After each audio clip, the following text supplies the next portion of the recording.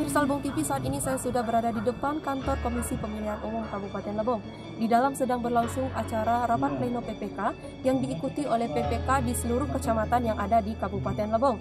Acara dimulai dari pukul 9 pagi hingga sore hari ini masih berlangsung penyampaian hasil dari pemilihan gubernur dan wakil gubernur Provinsi Bengkulu dan pemilihan bupati dan wakil bupati Lebong. Dari hasil pantauan tim Lebong TV, sejauh ini belum ada tanda-tanda kerumunan massa dan acara berjalan dengan aman dan kondusif. Untuk peserta sendiri yang masuk ke area KPU itu dibatasi dan dijaga ketat oleh aparat kepolisian. Dan hingga saat ini kegiatan tetap mematuhi protokol kesehatan. Kami tim Lebong TV akan terus memantau hasil dari rapat pleno PPK, pemilihan bupati dan wakil bupati Lebong serta pemilihan gubernur dan wakil gubernur Provinsi Bengkulu tahun 2020. Saksikan terus di Lebong TV. Saya Kintan Tamara dan Dimas Ahmad melaporkan.